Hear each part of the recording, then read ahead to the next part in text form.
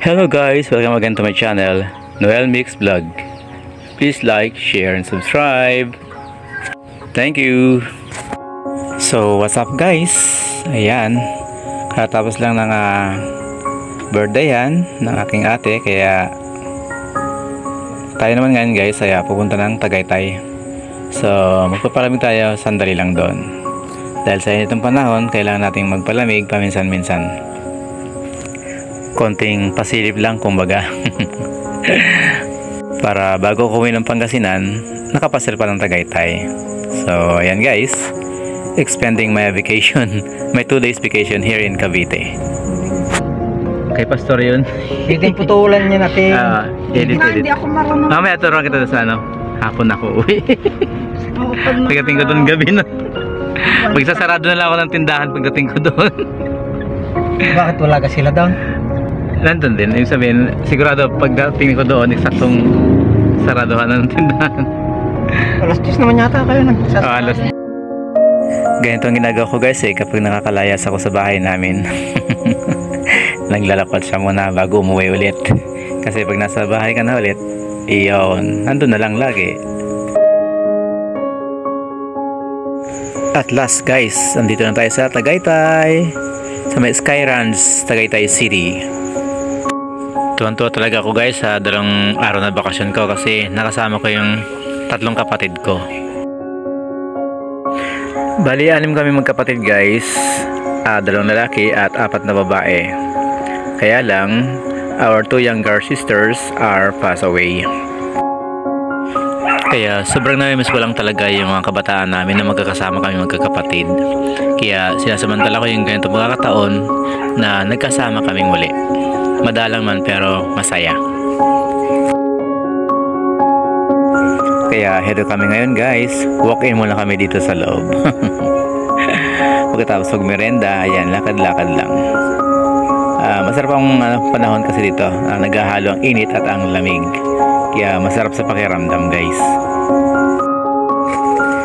Kumbaga hindi ka mangingitim guys dito kasi yung init niya may halong lamig.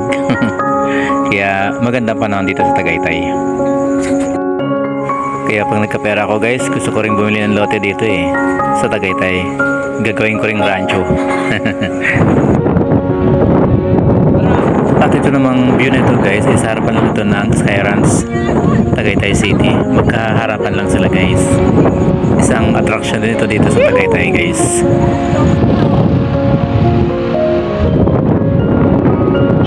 Okay, so alright. Yes na, isa pa. 1, 2, 3 go. Laki ng kamay Welcome to Tagaytay. Tagaytay. Roast beef. Roast beef. Welcome to Tagaytay City.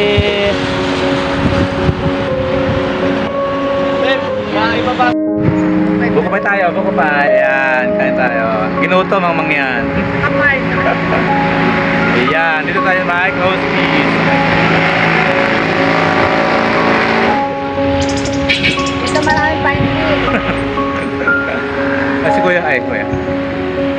Ginutom ang mga mangyan. Yan. Okay. At syempre pa, bago mag-uwian guys, sulitin ang banding. Picture dito, picture doon. Ayan, video dito, video doon. Pang TikTok, pang Reels, pang YouTube. Lahat na lang guys, pinasok natin. Para kung sakali man, may awa ng Diyos, pagtanda natin, meron tayong documentaries. Yan, meron tayong mga alaala sa mga nakalipas.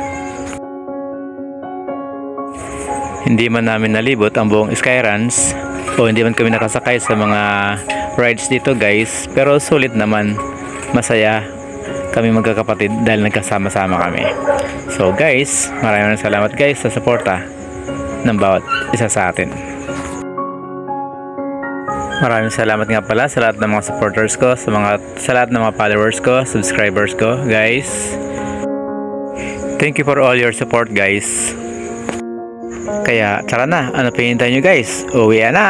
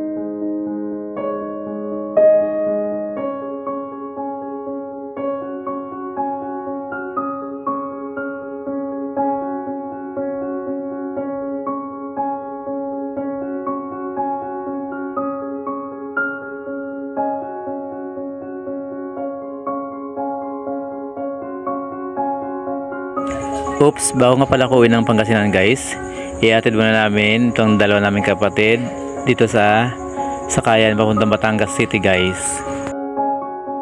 Si Ate Lina at si Kuya Pundoy dahil uwi na sila ng Mindoro guys. Salamat guys sa inyong pagsama sa amin sa pamamasyal. Bye! Bili tayo ng Pilipinas. Ang video yan, yun. Yay! Bye-bye! God bless, God bless. At ito na nga guys, gaya ng dati, unti-unti na naman kami naghihiwalay mga magkakapatid. Yung dalawa, pauwi na ng Mindoro, kami naman ng ate ko, pauwi ng Dasmariñas, Cavite. Then pagdating doon, uwi naman ako ng Pangasinan. Diretso na sa bahay namin. At habang nakapasarap naman ang kwentuhan naming ng ate ko, pati ng bayaw ko guys, yung driver ng Montero Sports, nadali naman ng concrete nail yung gulong namin.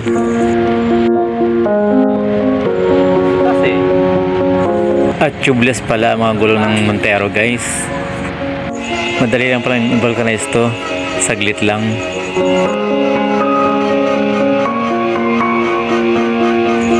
Una ililinisan nila o isasander nila ng ganito guys, then later ay lalagyan naman nila ng glue or sealant bago nila tatapalan.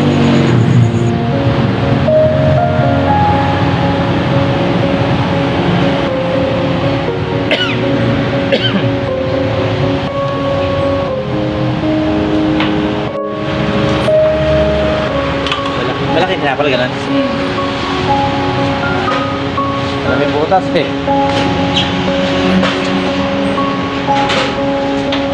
Ganyan pala pag tubeless.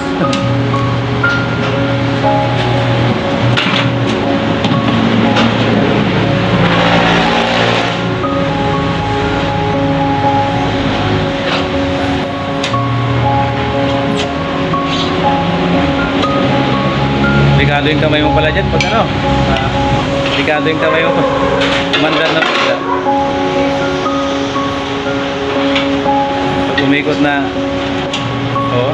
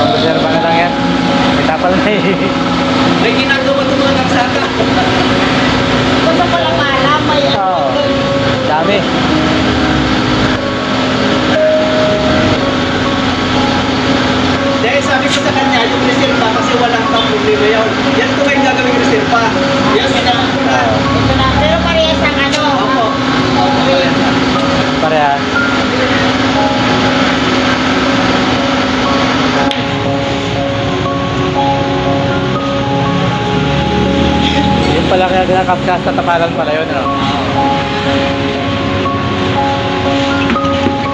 Testing. Wala na, wala.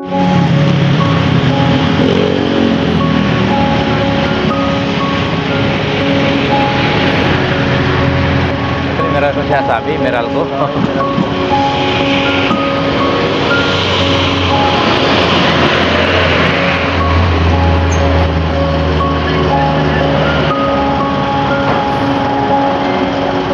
Laki ng tapang naman din, no? Ganyan ka ba, no?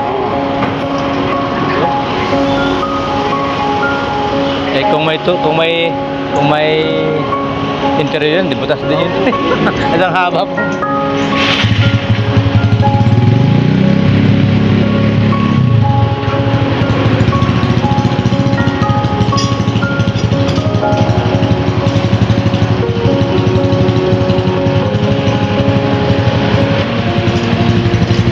Pero kung ayos natin kaya, tatanggalin natin doon, hindi mabubulkanize siya. Oo nga, mabubulkanize. Oo. Obligado rin naman. Kaya dadaan talaga tayo sa ganito. Kasi lang uwi tayo ng hindi na vulcanize yun, di wala kang pamalit. Di ba? Bago tayo umuwi, kailangan Kailangan. Pang-emergency kasi yan. Oo. Hindi pwede uwi tayo ng walang laman yun. Bago umuwi, kailangan ganyan na. Ang aksidente kasi talagang hindi naman. Nag-iingat tayo sa pagmamaneho. Sa kalsada, hindi tayo nakaligtas. Sa pako, hindi tayo na. Sa pagmamaneho, safety.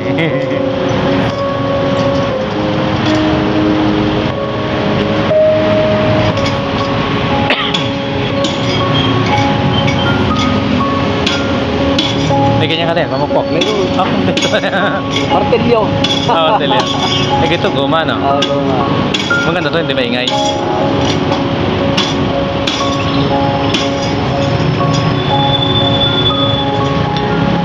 Tanggalin na.